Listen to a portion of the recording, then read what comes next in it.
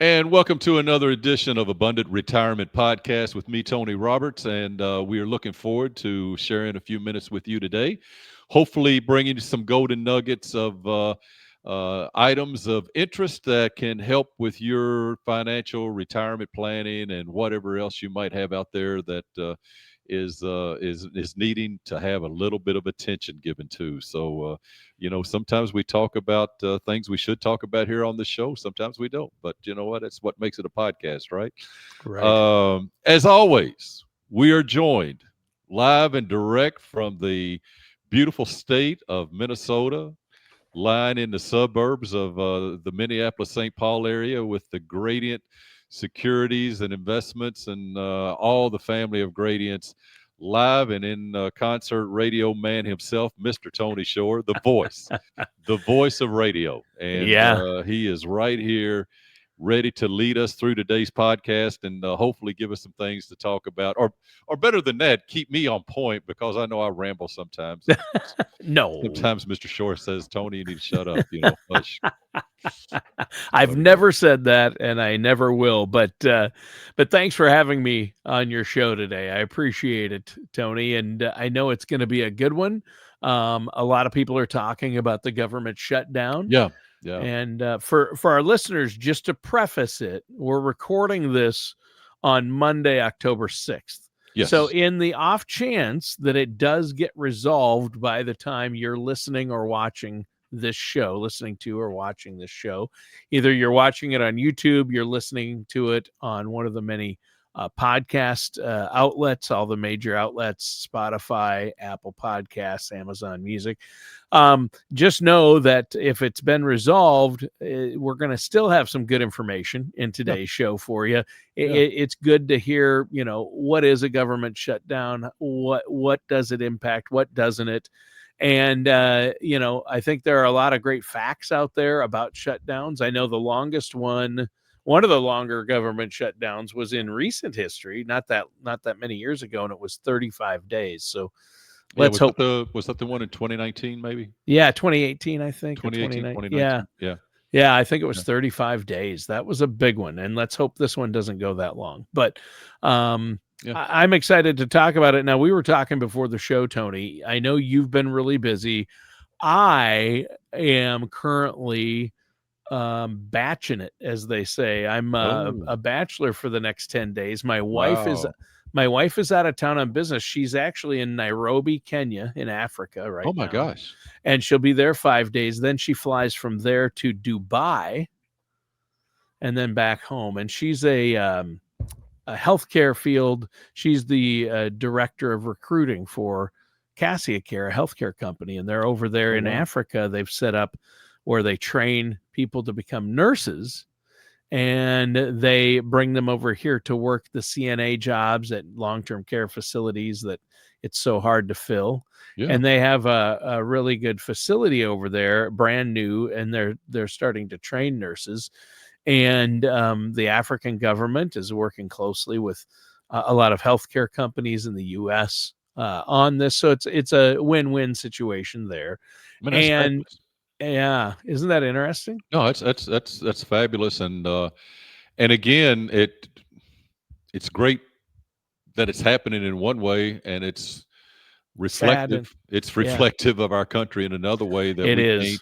we can't fill jobs. And Yeah, you know it's I hear tough. people moaning and groaning and crying and belly aching about, they can't find work and they can't do this and that and the other. Oh, S- there's jobs out there. oh, People just there are jobs out there. Let me tell you. for some Yeah, reason or another, just don't want to roll up their sleeves and get their hand dirty. And I don't know, yeah. maybe we've made it too easy to Yeah, well, the do jobs that whatever. are I don't open, know. like in this case, it's a tough job, a CNA. Oh yeah. It's not hard to get, and you can get CNA certified, Yeah, a certified nursing assistant, and then you can work. But usually, it's helping elderly or dementia patients. yeah, People who are in long term care, transitional care, who need help walking or bathing or going to the bathroom, eating. The basics sure. of that. And so it can be tough and somewhat thankless, especially if you're working with memory care people. Some Yeah. of them have anger issues because they don't Yeah. understand their situation. Yeah. And I've seen it close up. My son was a CNA, so was my daughter, and my wife's worked in that field trying to recruit for many years. So it is interesting, but she's traveling. I mean, it's not all business. She sent me pictures yesterday. Her first day there, they went on a safari and Oh, saw, wow. elephants and rhinos and giraffes Yeah. in the wild, so that was cool for them. But other than that, she's going to be working hard. But here's my point in all this, Tony, Oh, before okay. we get All into right. it. There actually is a point. Oh, And okay. that is, I have a question for you and our listeners out there. I'm batching it. My kids are off, either grown and out of the house, so we're empty nesters. So I'm home alone. Is it wrong to order pizza delivery every night of the week? Now, Is Mr. Shore, let me tell you something. You have got a prime opportunity here over the next 10 days to, you know what, if you maybe feel like, maybe it's time to drop a pound or two and take a little pressure off that scale, whenever you decide to step on it okay, every now and then, okay, stuff like yeah. that. So you got a prime opportunity here, you can sit there and maybe have a little couple of cantaloupe slices for breakfast in the morning, and maybe a little cottage cheese for lunch, and you may just want to skip that dinner altogether, and then all of a sudden, man, that just starts melting off of you, and Wow, there you go. the pounds melt Or away. you can have pizza and beer every night, whichever one suits you the best, man. Well, I'm going to ease off on the. I'm not going to be drinking the beer every night, but I did already order a pizza out, and I'm like, well, I can't continue this, right? Oh my I gotta. gosh. Wow. You know, I have a tendency when Alita goes out of town that I'd probably eat less, and I know my structure's a little bit better because um, she's not a big eating person during the day type thing, and then at night she sort of likes to have a decent A meal at big night. meal, yeah. And I'm sort of the opposite in that I've sort of got to Yep. have some food during the day to I keep gotta the have energy up. breakfast. Yeah. Yeah, and then at night, if she cooks something, here's my problem: if there's something good there to eat, I will eat it. It's that. Oh, yes, If it so without a the doubt. only Yeah. way that I can basically keep from going in the overweight category is just not have it in front of me, and yeah, it's it. And I've got a huge sweet tooth, so that doesn't help Oh, either. I don't So have a sweet part tooth. of it. That's the fortunate thing. That's the one fortunate thing, but I could eat pizza every day all day. But actually I will end up eating less than I mean, all Yeah, joking aside, I'll order out a pizza or maybe Chinese one day. So I'll do a takeout a couple times, but I won't eat as regularly as I do when yeah, she's here because she makes meals, and the evening meal it's the same. So I mean, man. I I tell cook you what. too, but I cook breakfast food. Yeah, So no, that's cool too, and things like that. But I try to do like the fruit thing. But I tell you something. Yesterday and I know we're rambling here a little bit, but yesterday we have a big, I mean, it's huge. It's been going on now for, oh gosh, years and years and years. But it's a big fall festival here in Louisville called the St. James Art Fair. oh yeah. And I mean, you're talking about hundreds and hundreds of vendors from all over the country that come in here for a 3-day festival. And we went out there yesterday for a couple of 2 or 3 hours, and I don't know if you've done this, Tony, but man, they had this one booth where they had the big woks that they were cooking the noodles and the vegetables, and you could throw a little grilled chicken on there if you want to. So man, we sort of each one got one of those, and it was so good. I mean, it was just so good, to have that That's awesome. homemade wok food that they prepared. I don't even know what the name of the place was now, but if you're out there, hey, shout out to you, man. You had some good food yesterday. I Yeah, appreciate it. there you go. Yeah. Well, hey, what is a government shutdown, Tony? It's when our loving people that we elect up there just decide they can't do anything for the good of the country anymore. So Congress. maybe we go through a shutdown day in and day out, because I don't know if they do any good for this country anymore or not. But no, the formal definition, Tony. A shutdown happens when Congress fails to pass appropriation, or what they call funding bills, or a continuing resolution, which is what they've been doing forever and never and ever. They just keep kicking the can on down the road by Yeah. passing these continuing resolutions. But this time, some people decided to put a chalk in the road and say, you know what, we're not going to pass the continuing resolution unless you add back in like $1.5 trillion in spending that you've cut out in Big the one beautiful big bill. beautiful bill that was Yeah. signed on July 4th. So, everybody's is entitled to their opinion, and they're Sure. entitled to do what they want to do and everything else like that. Uh, I just sometimes when these people play politics, I just don't think they understand that there's real life people out there that Yeah. The they're impact.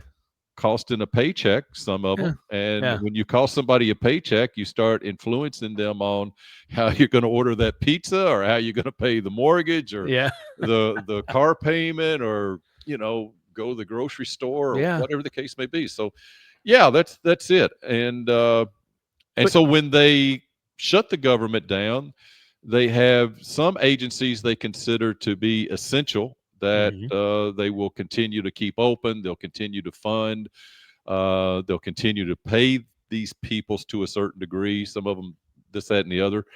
But then there's other, federal operations that they. I don't know if they decide they're non-essential or whatever the case, but they shut them down. They furlough the employees. yep. They don't get paid, and things go on like that. And then I think to the people that are probably listening to the podcast, Tony, they're probably more to a degree concerned with, well, how does it affect me? What if I'm, receiving my pension payment or Social Security or disability payments?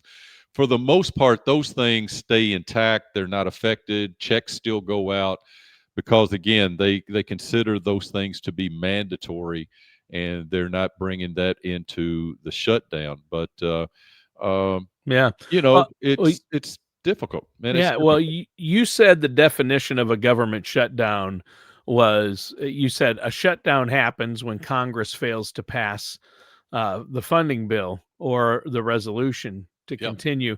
I think you should have just stopped that sentence at a shutdown happens when Congress fails. Period. We should put a period there and just wipe out the rest of that sentence, that definition.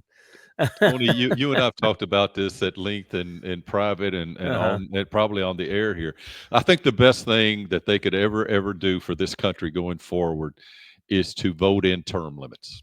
And Oh, would be so good. there Yeah. is not a person that I talk to out there that doesn't agree with me, except the people that are currently elected and in office. Yeah. And one fairly uh, prevalent senator from the state of Kentucky. I was speaking with him one time, and he said, "Well, we do have term limits. It's called every time you go to the voting booth. That's your term limits right there. But Nope. That's it not. it doesn't seem to be fair when the incumbent has a war chest of monies that they can spend to basically stay in office, and people Mhm. trying to challenge them usually come up a little bit weak in that category. So I think if we ever got to a point in this country to where we treated the senators and the Congress the same way that we do the president and Yeah. say, hey, look, you can only do a couple of 2 or 3 or 4 terms, depending on how that thing shakes out. And after that, guess what? All the laws and amendments and everything that you put into place, you've got to go back into the real world and live with the consequences of some of these, crazy things that they put into place. So, Yeah. but you know what? They don't call Tony up and ask us what we want to do and this, that, and the other. No. So that's part of life. No. So you said though the government shutdown Yeah. sounds like federal employees that are considered non-essential are the ones that really get directly impacted, but it doesn't impact Social Security or government pensions, right? That's what That's you said. correct. Okay. That's correct. Yeah. And Yeah. and again, Tony, let's think about this. I mean, this has been a very disruptive year from a standpoint of government employees. I mean, part of what Trump ran on was the fact he was going to make government more streamlined. Hmm. He brought Musk in early on, and they went out and started saying, "Hey, look, do we really need this agency or do we need this many people and other things of that nature right now?" Now you've got a scenario to where if you start furloughing tens, maybe hundreds of thousands of government employees, and the government seems to be able to still click and run efficiently, then that just sort of opens the door of saying, well, maybe how much of these non-essential employees are needed to be working. So does it give the people that are wanting to thin government down the option or the ability to sit there and say, you know what, we had a shutdown, people were furloughed, we didn't have that many people that were needed, and we think we can streamline this thing and make it run more efficiently. So Hmm. again, and Tony, as you well know, we specialize in federal employee retirement planning and have been doing that for the past 12 or 13 years. Yeah. This year has been very busy for us. We've had an extreme amount of people that have attended our workshops and our seminars on federal employee benefits and retirement planning. And I think it's just going to be something that's going to be, bigger going forward. We've got a workshop coming up here in Louisville next week, and it's full. I mean, we've got over 60 people signed up to come to that workshop, and just to hear more about what their benefits are in case they have to retire, not only on their timetable, but possibly sooner, depending on where they work or what's going on. So, these are things that you have to look at. There, there are some services out there, Tony, that get disrupted or delayed. Yeah. Uh, my daughter was trying to get a federal tax ID, and every time she goes on the website to go out there and get it, it just says, we're not able to provide that to you right now.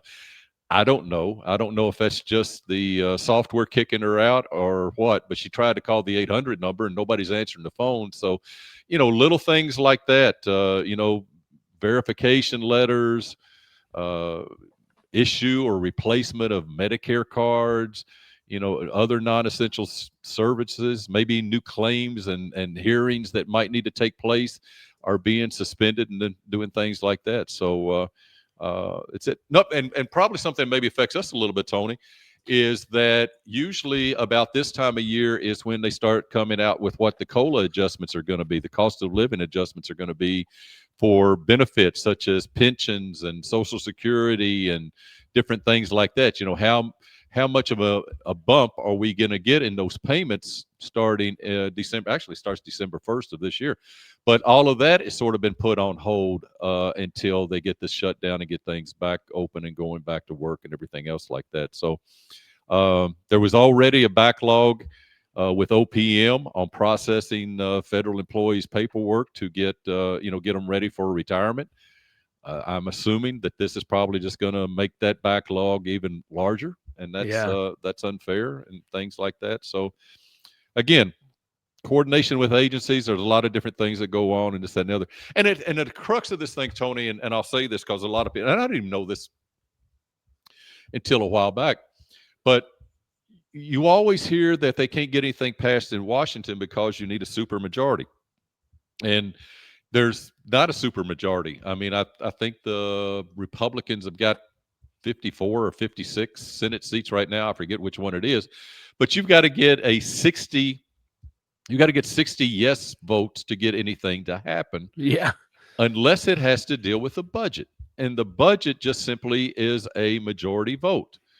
And that's the reason that you see like this one big beautiful bill that was attached to the budget, because that allowed them to pass it with just a majority vote instead of having to get 60 votes, which you know as well as I do is never ever going to happen in this day and age.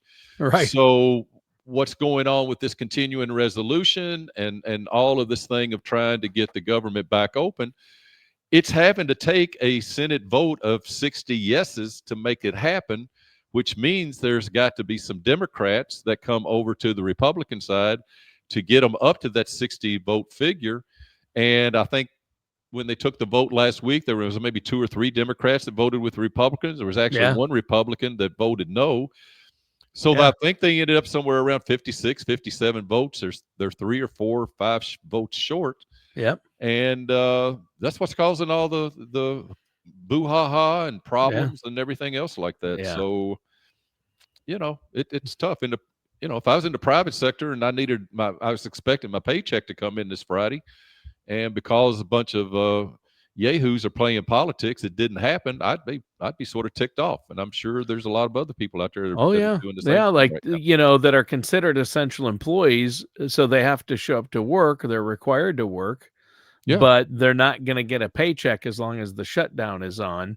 But they have to work. Now they'll get that money, they'll be paid, but they won't get the check well until the government shutdown's over. So basically they're working not knowing when when they're going to get paid. That's rough. And like TSA agents, that's why some call in sick.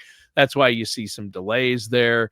There's backlogs because services get paused. Like you said, there's a backlog of requests, and people applying for benefits, things like that. So there are a lot of delays and backlogs that are caused by a prolonged government shutdown. If it's a day or two, most people won't notice anything, but as it stretches on here, if it doesn't get resolved by the time you're hearing it, if it's not resolved, then people are going to start feeling it. Now, what about the impact on retirement planning, especially for federal employees or those relying on government services, Tony? Well, you've got the Thrift Savings Plan, which is the federal government's TSP, yeah. TSP, which is the federal government's 401k. Yeah, It is what it is. I'm not a big fan of it. BlackRock runs it on behalf of the federal government. sure. It's got over $1 trillion of monies that are being managed by BlackRock with basically no active management going on. For the most part, they offer the federal employee 5 investment options. And then you got the rules that the government puts on you about how you can have access to your money and different things like that. And they've gotten better through the years. But for instance, let's say you left your money in TSP and you were retired and you needed to have a monthly income. Well, the TSP could be set up to pay you out monthly. But let's say you got paid on the 15th and some emergency happened on the 22nd and you needed more money. Well, TSP says, no, we've already paid you this month. You got to wait till next month to get your money. Ugh. Well, guess what? Now let's talk about, let's say you're getting ready to retire and maybe you need to get your TSP rolled over into your own self-directed IRA. Does TSP even have the manpower up there right now to make those things happen? I don't know. I don't know who's answering the phone when you call in. Or again, maybe you leave your money with TSP and you have an issue come up there. You need to get to your money and there's nobody answering the phone on the other end. And so, that's my biggest qualm with BlackRock and managing the TSP to begin with. They basically say, here's your 5 investment options. They don't give you any feedback. They don't give you any advice. They don't give any direction on what you should be invested in, not be invested in. They basically, it's what I call red money. They say, here you go. Good luck. Hope you do well. And don't call us because guess what?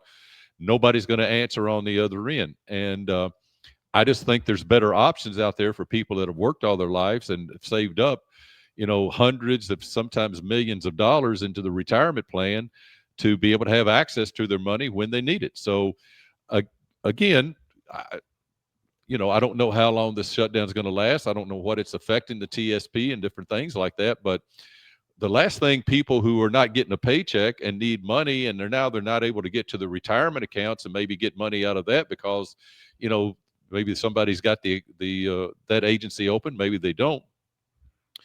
It's just difficult. And I don't know about you, Tony. When it comes to money, I like to be able to have control of mine. And I think most of my people that I represent as far as clients and have a fiduciary responsibility to them, they like to have access to their money. People call our firm and say, Tony, I'm buying a new RV. I need $40,000. Well, guess what? They don't want to hear me sit there and say, well, you know what? It's the 15th of the month. We're going to have to wait till the first of next month before I can get to that money. No, they want the money. So, we have it to them in 24 to 48 hours and setting in their checking account. But again, when you're dealing with people that have other criteria and ambitions in play, and they take the will and the spirit of the American people and set it aside, this is what you get when you have folks playing politics. And that's pure and simple what's going on right now with the shutdown. Yeah. Yeah, that's interesting, and I would agree with what you said there. It is too bad for a lot of federal employees, but for anyone listening, you need to be working with a trusted financial services professional, somebody like yourself, Tony, you and your team there, because you're going to look at the big picture, what's in their best interests, and say, hey, is this government shutdown going to affect you? And or your finances, here's how we can plan for that or help you deal with that. That's so huge, and I know that you work with a lot of federal employees in the area and Yeah. help them with their retirement income planning, and this might affect it. Plus, besides the government shutdown, there's talk of more layoffs possibly, or True. them letting go another chunk of federal workers being let go or asked to retire early, and it's just kind of a firestorm because it's kind of all hitting at once. Hmm. It's the perfect storm because Yeah. you have the original round of Doge layoffs, a lot of those and contract buyouts. A lot of people retired. You've got a couple hundred, 150, 200,000 federal employees across the country that took the early retirement Right. package, and that's True. that's taking effect. That took effect the end of September, right? So just a few days ago, that's when that was supposed to kick in. A lot of them are like, okay, my checks are supposed to start now. Is that going to be cut because of the government shutdown? Yeah. Plus, Exactly you've right. got them talking about maybe getting rid of some more of the federal workforce. So, So it just again, like you just said, Tony, it's a perfect storm. yeah, And it's probably a reason for people to pause that are going through this right now, or even the people that aren't going through it right now to sit there and reflect a little bit and say, hey, look, how can I better prepare myself to make sure I've got myself aligned in case something like this happens again, or if this one is drawn out for a period of time, or whatever the case may be. So, there's three or four or five things, Tony, that everybody out there probably needs to pay a little more attention to it. hmm, I know we're running up against the clock here, but I'll briefly mention some of them. You know, sure, try to have enough cash on hand to get you through. yes, Okay.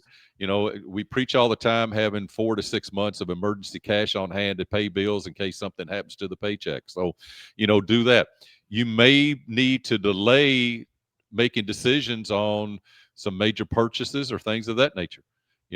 When you don't know if the paycheck's going to be coming in, you may not be wanting to go out and buy a house or car or whatever the case may be. So again, we've got an economy disruptor going on because of this thing that's happening. Uh, Not knowing what your COLA adjustments are going to be next year may, cause you to have some type of concern about how you make adjustments and what you're bringing in, what's going to be spent, different things like that. You may want to, look at your growth of your portfolio more conservatively, saying, hey, look, maybe I'm going to not take quite as much risk as I've taken in the past because of some things that are going on. Um, and again, if you are a federal employee out there, watch for communications from Social Security and your agency to make sure that you're on top of what's going on and different things like that. Coordinate with, Medicare, Medicaid, the VA, and things like that. We do a lot. I've got a lot of clients that are VA clients. I do a lot of work with VA people that work. And of course, they're considered to be essential. But again, these folks are, day in and day out. And, it's the biggest thing I've seen this year, Tony, from most of the people I'm sitting down is they just wake up every morning going to work not knowing what the day's going to bring. right. And after a period of time, that gets to where that wears on you. You know what I It mean? does. And it sort of makes you to where you're sitting there saying, hey, look, how much do I enjoy this job anymore? So again, that monitor the shutdown duration and just see, what's best for you going forward. And if you are at a point to where you have the opportunity to retire, then by all means contact somebody like our firm or somebody out there that knows what federal employee benefits are to Yeah. get a better idea of saying, what, maybe I don't want to go back, maybe I am done. Can I be done? What does it look like? Can I have an increase in income stream and make sure I don't go broke in retirement? And these are all things that we can help provide an answer to you for, that can give you a little bit better direction on maybe some of the near decisions that you've got coming up down the road. Yeah, I think that's so important and a great show. A lot of great information packed into today's show. But if our listeners have questions or want to get that retirement plan in place, especially those federal employees out there, you need to get that looked at by somebody who's a fiduciary, a financial services professional. And Tony, you've helped so many people in the community do this.